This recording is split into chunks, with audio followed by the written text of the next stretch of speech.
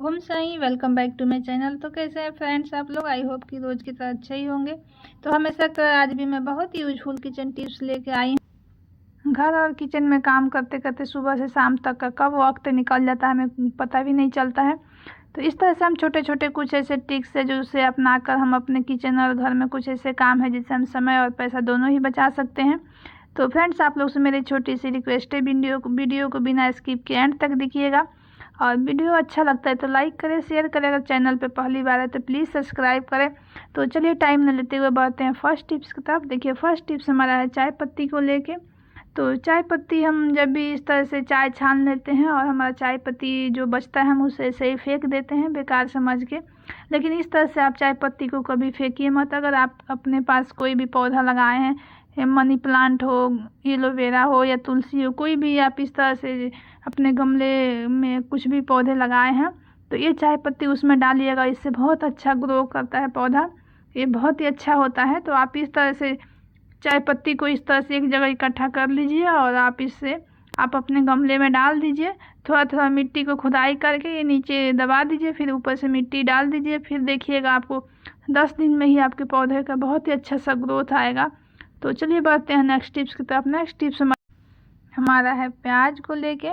तो देखिए प्याज हम तो खाने में यूज करते ही हैं, लेकिन प्याज से छोटे छोटे घर किचन और घर में जो छोटे छोटे कीड़े मकोड़े आ जाते हैं, मच्छर आखी, वो भी बहुत ही जल्दी से भाग जाते हैं। तो इसका स्मेल बहुत ही स्ट्रांग होता है। तो देखिए इसलिए हम इस तरह से प्याज का हमें लेना है, 2 टुकड़ा कर लेना है।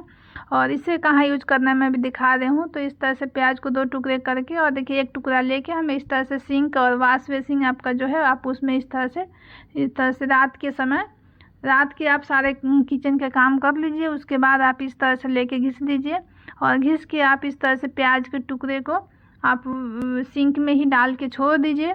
तो इस तरह से आप हफ्ते में 1 बार कर देते हैं तो देखिएगा आपके किचन के रास्ते से जो भी कीड़े मकोड़े मच्छर आदि जो पनपते हैं या कॉकरोच आते हैं तो देखिएगा आपके घर में एक भी कॉकरोच नहीं दिखेंगे, ना ही कोई छोटे मोटे कीड़े दिखेंगे। तो इस तरह से आप सप्ताह में 1 बार ज़रूर कर दीजिए। इसको करने के बाद आप सिंक और वाश बेसिन में पानी मत गिराइए, इसे रात भर ऐसे ही छोड़ दीजिए। तो देखिएगा इसके स्मेल से कोई भी मच्छर मक्खी या कीड़े मकोड़े कुछ भी नहीं आएंगे। ज़्यादातर मच्छर हमारे इस तरह से सिंक और वाश बेसिन के जो होल होते हैं उससे आ जाते हैं। तो ये छोटे छोटे मच्छर आके घर में कब फैलते हैं पता भी नहीं चलता है। तो चलिए बढ़ते हैं नेक्स्ट टिप्स की तरफ। नेक्स्ट टिप्स हमारा है देखिए इस तरह के लिपस्टिक और काजल को लेके। तो देखिए हम जब भी शादी पार्टी कहीं भी हम ज़्यादा मेकअप कर लेते हैं और उसके बाद हमें छुड़ाना होता है तो बहुत मुश्किल होता है। या हम बच्चे को काजल लगाते हैं, बच्चे को टीका लगाते हैं, कहीं फैल जाता है तो फिर हमें उसे पोंछना पड़ता है। तो वो जल्दी छूटता नहीं है, हम पानी से या ऐसे भी कितना भी रगड़ ले वो जल्दी साफ़ नहीं होता है। तो देखिए इसको साफ़ करने के लिए मैं बहुत ही छोटा सा टिप्स शेयर कर रही हूँ, लेकिन बहुत यूजफुल है। आप इससे कोई दिक्कत नहीं आपको नहीं आएगा। हम इस तरह से लगाते हैं तो बच्चे को भी स्किन रेड हो जाता है। तो देखिए इस तरह से हमें वैसलीन लेना है और जो भी हमें मेकअप हटाना है, जैसे हम आईलाइनर लगाते हैं और ख़राब हो जाता है तो वो जल्दी हटता नहीं है, वहाँ ब्लैक निशान होने लगता है। तो उससे भी आप आराम से, अगर वो ख़राब हो जाता है तो आप इस तरह से वैसलीन लगा के और कोई भी वाइप से आप पोंछ दीजिए या कोई भी हैंकी से आप आराम से लेके आप टिश्यू पेपर से भी पोंछ दीजिएगा। तो फिर देखिएगा बहुत अच्छे से साफ़ हो जाएगा, बिल्कुल निशान नहीं रहेगा। फिर आप दोबारा लगा सकते हैं। और या मेकअप को हटाना हो तो इससे वेस्ट कोई ट्रिक्स नहीं है। आप इस तरह से इस ट्रिक्स को ज़रूर अपनाइएगा मेकअप को हटाने के लिए, या आपका काजल फैल जाता है तो उसको हटाने के लिए। तो देखिए कितना क्लीन, एक ही बार में बहुत ही अच्छा से क्लीन होता है, बहुत ही अच्छे से साफ़ हो जाता है।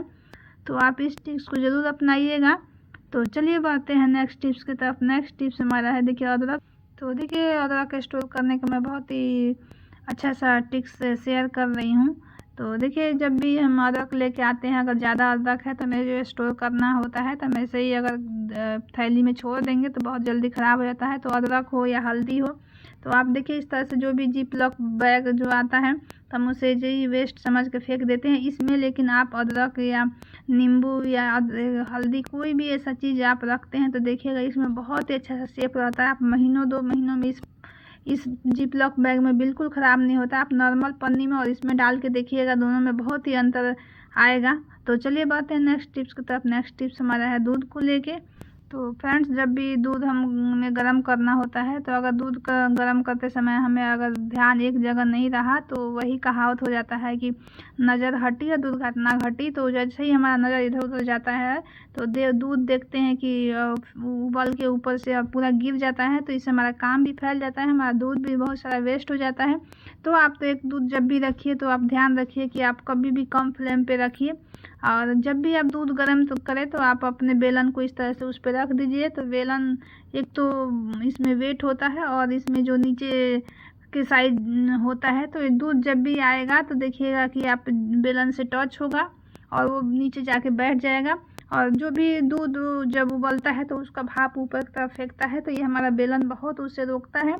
तो उसकी वजह से जो दूध है वो वहीं से वो बैठ जाता है, चाहे आपका तेज हो या कम फ्लेम पे हो। तो देखिएगा कभी आप अगर आपने बेलन रखा है तो कभी भी दूध आपका इससे ज़्यादा उबल के नहीं गिरेगा, आप बेलन से दब जाएगा वहीं पे और दूध आपका वहीं पे रुक जाएगा। तो इस तरह से आप अगर आप किसी काम में बिजी हैं तो आप इस तरह से बेलन ज़रूर रख दीजिए। तो फ्रेंड्स, आज के लिए बस इतना ही, मिलते हैं अगले वीडियो में। वीडियो देखने के लिए धन्यवाद।